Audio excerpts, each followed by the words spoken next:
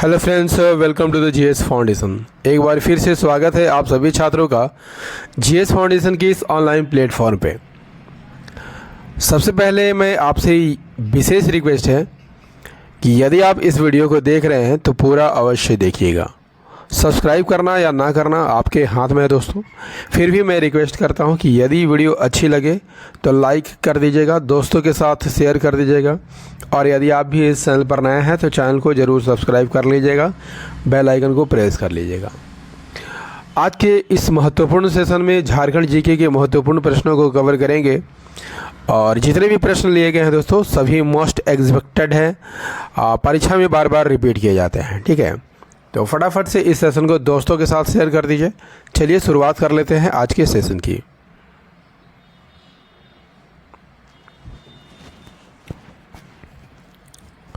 पहला सवाल आपकी स्क्रीन पर है दोस्तों। पहला सवाल है कि गांधी मेला का आयोजन झारखंड के किस जिले में किया जाता है?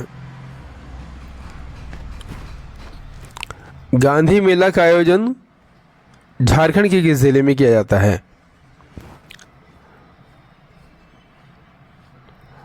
सही आंसर हो जाएगा ऑप्शन ए, सिमडेगा में किया जाता है।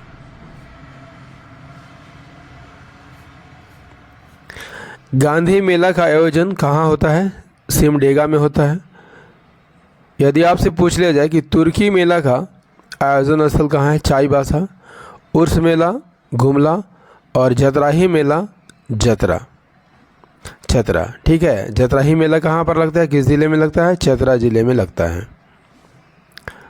नेक्स्ट क्वेश्चन की ओर बढ़ते हैं।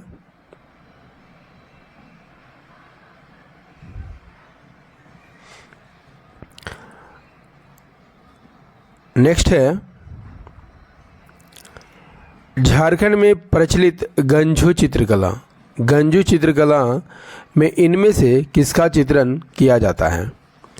विवाहित जोड़े का, पशु और वनस्पति का, धरती और आकाश का, इनमें से कोई नहीं। तो गंजे चित्रकला में याद रखिएगा पशु और वनस्पति का चित्रण किया जाता है।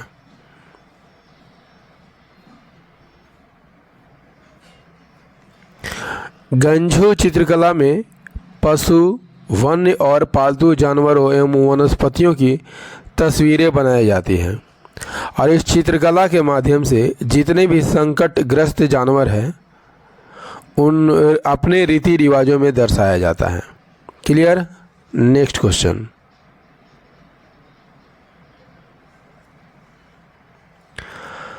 नेक्स्ट है गरमाली भाषा का संबंध इनमें से किस भाषा परिवार से है?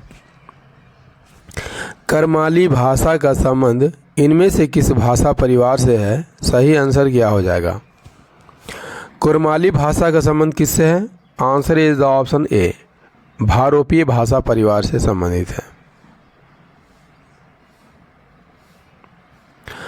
कुरमाली या करमाली है ना, कुर्मी जनजाति में बोली जाने वाली एक भाषा है। किस भाषा परिवार से संबंधित है? भारोपीय भाषा परिवार से संबंधित है। किन किन क्षेत्रों में यह बोली जाती है? रांची, हजारीबाग, गिरिडीह, धनबाद, सिंहभूम और संथाल परगना में बोली जाती है। नेक्स्ट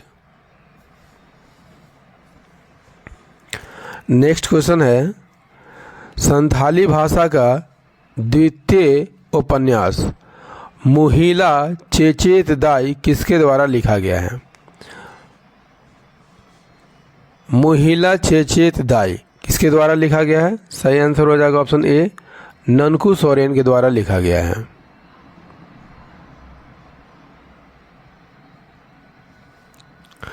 यदि आपसे पूछ लिया जाए दोस्तों कि संथाली भाषा का प्रथम उपन्यास कौन है, याद कर लीजिएगा हड़ाम वाक वातो। इसका प्रकाशन कब किया गया था? 1946 में। किस लिपि में? रोमन लिपि में। और उपन्यासकार कौन है? आर कास्टियर्स। संथाली भाषा का दूसरा उपन्यास मुहिला चेचेत दाई है। इसका मतलब क्या होता है? अध्यापिका महिला। इसके उपन्यास कौन है? उपन्यासकार कौन है? ननकू सोरेन है। क्लियर? नेक्स्ट है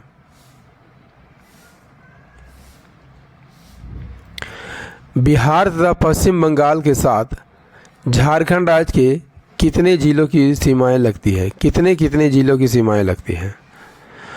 तो बिहार के साथ 10 और पश्चिम बंगाल के साथ भी 10 जिले लगते हैं, 10-10 जिले लगते हैं।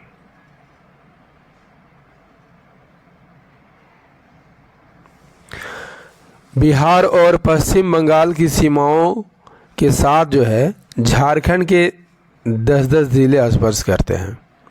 उत्तर प्रदेश राज्य की सीमा को स्पर्श करने वाला एकमात्र राज्य जिला कौन है? गढ़वा है। और गढ़वा जिला 3 राज्यों के साथ यानी उत्तर प्रदेश, छत्तीसगढ़ और बिहार से सटा हुआ है। खूंटी और लोहरदगा 2 ऐसे जिले हैं जो किसी भी राज्य को स्पर्श नहीं करते हैं। आइए इस चित्र को हम जूम करते हैं और इन सवालों को जस्टिफाई करते हैं।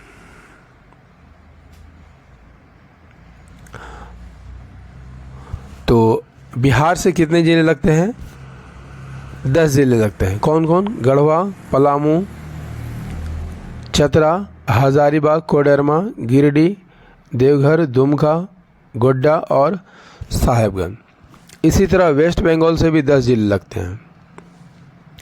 साहेबगंज, पाकुड़, दुमका, जामताड़ा, धनबाद, बोकारो, रांची, रामगढ़, रांची, सरायकेला खरसावां और ईस्ट सिंहभूम। क्लियर?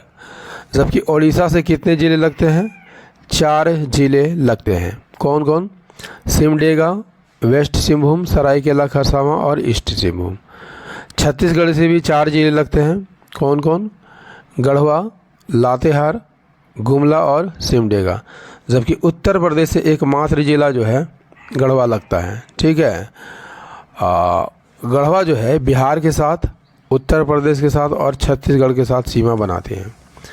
जबकि लोहरदगा और खूंटी बीच में स्थित है जो किसी भी राज्य के साथ सीमा नहीं बनाती है। क्लियर? नेक्स्ट है रांची पठार की आकृति कैसी है? तो रांची पठार की आकृति कैसी है दोस्तों? चकोर है।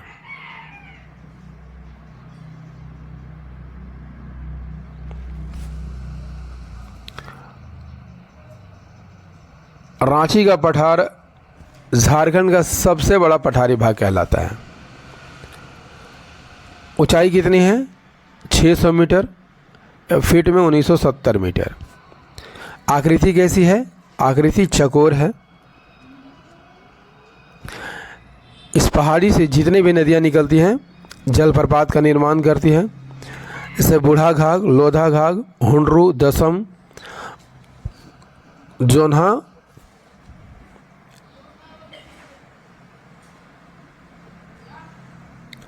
नेक्स्ट है स्वर्ण रेखा नदी की लंबाई लगभग कितनी है?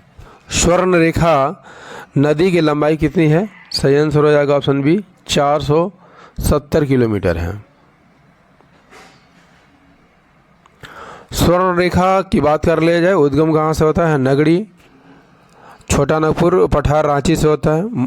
मुहाना कहाँ है? बंगाल की खाड़ी में, यानी कि ये बंगाल की खाड़ी में गिर जाती है। लंबाई 470 किलोमीटर। सहायक नदियों में काकरो, कांची, खरकई, जुमारू, राड़ू और संजय। अपवाह क्षेत्र रांची और जमशेदपुर में है। कहा जाता है दोस्तों कि इस नदी के रेत में क्या मिलता है? सोना पाया जाता है। ठीक है। किन किन ये नदी जो है झारखंड से होकर उड़ीसा में प्रवेश करती है और बंगाल की खाड़ी में गिर जाती है। क्लियर? और बंगाल की खाड़ी में स्वतंत्र रूप से गिरने वाली एकमात्र नदी है। रांची में यह हुंडरू जलप्रपात का निर्माण करती है।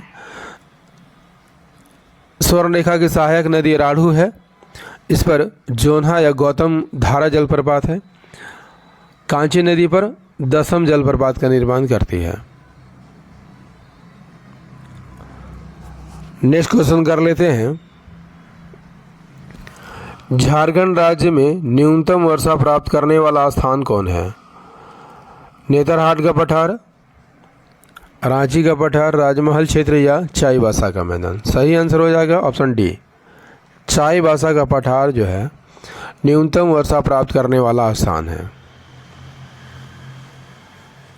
यदि आपसे पूछ लिया जाए कि झारखंड में सबसे अधिक वर्षा कहाँ पर होती है, नेतरहाट के पठार पर होती है। कितनी? 180 सेंटीमीटर से भी अधिक होती है, जबकि चाईबासा का मैदानी भाग में सबसे कम वर्षा होती है। नेक्स्ट है, झारखंड राज्य में पाई जाने वाली किस मिट्टी का स्थानीय नाम बाला, गोरिस, जारिया या मिटाल हासा आदि है? झारखंड राज्य में पाई जाने वाली किस मिट्टी का स्थानीय नाम निम्नलिखित है? तो सही आंसर हो जाएगा ऑप्शन सी, बलुई दोमट मिट्टी का।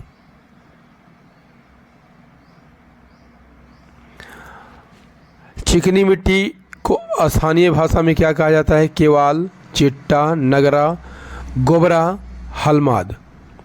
दोमट मिट्टी को क्या कहा जाता है? खेरसी, चरका, लोबो, बाल सुंदर, आराहासा। जबकि बलुई दोमट मिट्टी बाला, गोरिस, जारिया, गिटाल हासा के नाम से जाना जाता है।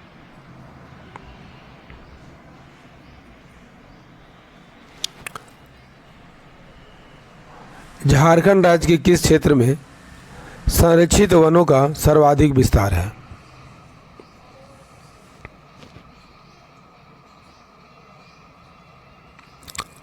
झारखंड राज्य के किस क्षेत्र में संरक्षित वनों का सर्वाधिक विस्तार है? सही आंसर हो जाएगा सिंहभूम क्षेत्र में है।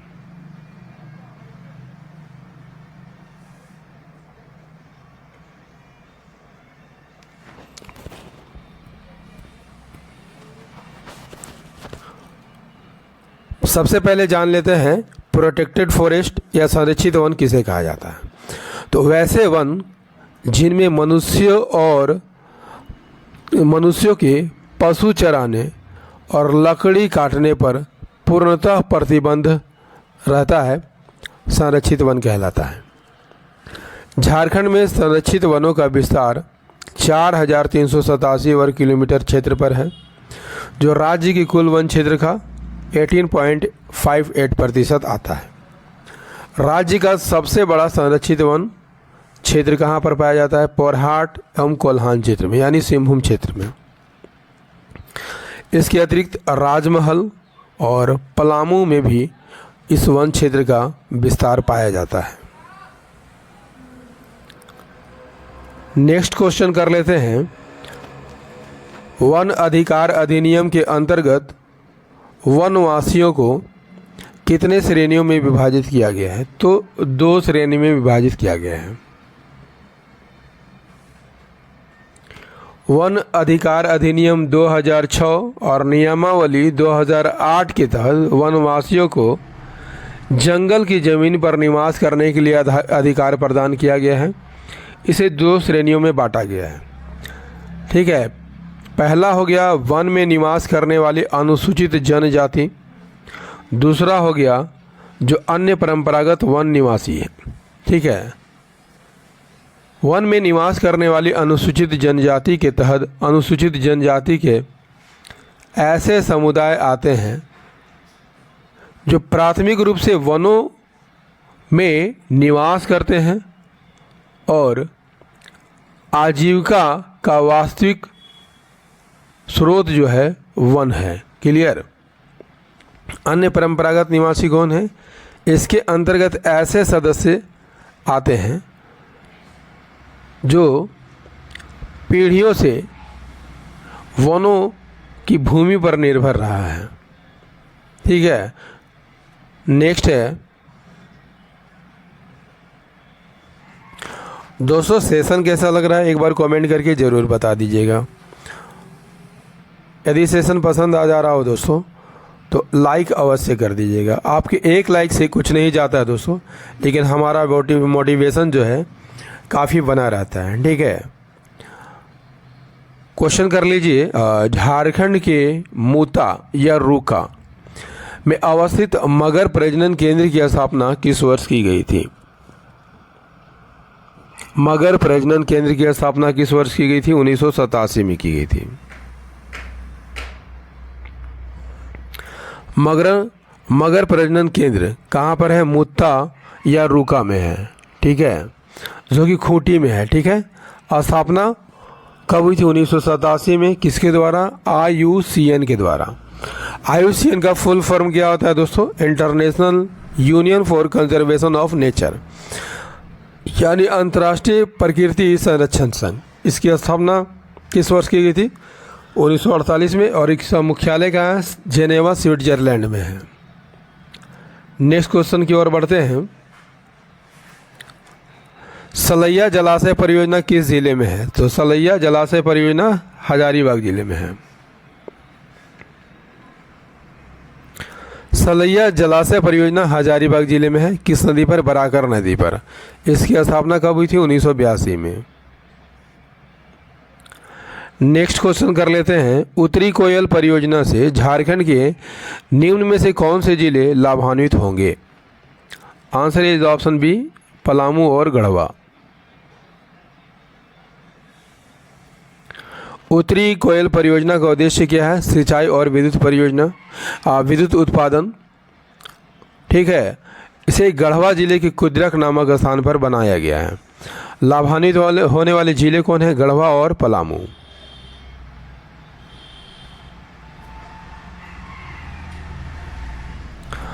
नेक्स्ट क्वेश्चन कर लेते हैं।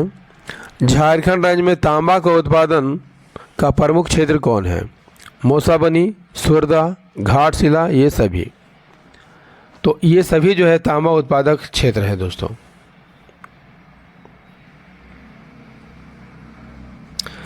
तांबा के उत्पादन की दृष्टि से भारत का प्रथम स्थान है, अग्रणी राज्य है।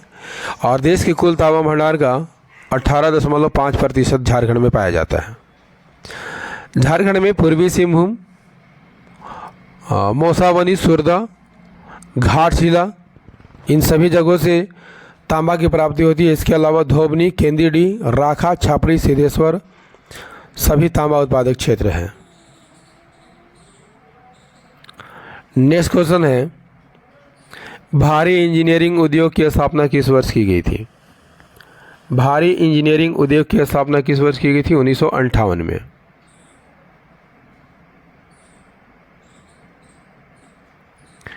हैवी इंजीनियरिंग कॉरपोरेशन यानी भारी इंजीनियरिंग कॉरपोरेशन की स्थापना 1958 में की गई थी, ठीक है। किसके द्वारा? भारत सरकार के द्वारा। किस देश के सहयोग से? रूस और चेकोस्लोवाकिया के सहयोग से इसकी स्थापना की गई थी। कहाँ पर? रांची के हटिया नामक स्थान पर की गई थी। किस अधिनियम के तहत की गई थी? कंपनी अधिनियम। कंपनी अधिनियम 1956 के अंतर्गत की गई थी। देश के प्रथम प्रधानमंत्री पंडित जवाहरलाल नेहरू ने 15 नवंबर 1963 को इसे राष्ट्र को समर्पित किया था। यहाँ से उत्पादन प्रारंभ कब हुआ? 1964 में। और यहाँ से कल कारखानों के लिए मशीन, कल पुर्जे आदि बनाए जाते हैं। दोस्तों, झारखंड जीके का ये सेशन कैसा लगा कमेंट करके ज़रूर बताइएगा। यदि सेशन पसंद आया हो दोस्तों लाइक कर दीजिएगा, दोस्तों के साथ शेयर कर दीजिएगा। और यदि आप भी इस साल पर नए हैं चैनल को ज़रूर सब्सक्राइब कर लीजिएगा, बेल आइकन को प्रेस कर लीजिएगा। याद रखिएगा दोस्तों, मेरी वीडियो रोज़ाना 12 बजे दिन में आती है, तो इसे रोज़ देखना मत भूलिएगा। मिलते हैं एक नए सेशन में, तब तक के लिए जय हिंद, धन्यवाद।